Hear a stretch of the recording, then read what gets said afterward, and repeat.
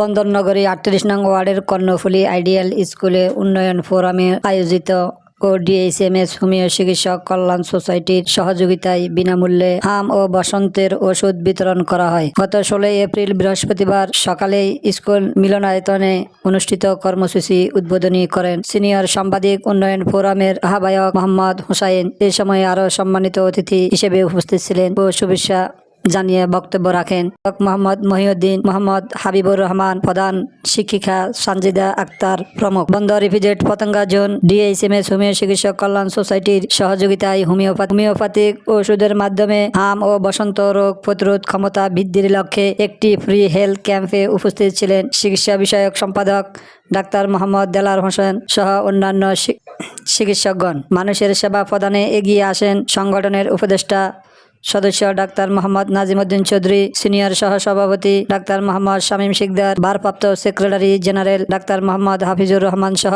সহসভাপতি ডাক্তার মোহাম্মদ মাওলানা আমির হোসেন, অর্থ সম্পাদক ডাক্তার রহিমউদ্দিন চৌধুরী। এছাড়াও চিকিৎসা সভায় এগিয়ে আসেন ডাক্তার শানুদাস সহ হোমিওপ্যাথিক চিকিৎসক। ক্যাম্পে ৩৫০ জন শিক্ষার্থী সহ স্কুলের আশেপাশে এলাকাবাসীকে বিনামূল্যে হাম ও বসন্তের ওষুধ বিতরণ করা হয়। এই সময় প্রধান অতিথি সাংবাদিক মোহাম্মদ হোসেন বলেন, দেশব্যাপী ছড়িয়ে পড়া ভাইরাস, জ্বর সহ হাম ও বসন্তের মতো রোগ প্রতিরোধের ক্ষমতায় এই হোমিওপ্যাথিক ঔষধ, যার যথার্থ সেবন বিধি ও ঔষধি গুণ সবই বুঝতে পারে, তাহলে ভবিষ্যৎ প্রজন্মের জন্য বিষয় সচেতনতা বৃদ্ধি পাবে এবং সবাই সুস্থ শরীর নিয়ে জীবন যাপন করে অভ্যস্ত হবেন। পরিশেষে শিক্ষার্থীদের মাঝে বিনামূল্যে হাম ও বসন্তের ওষুধ বিতরণ করা হয়।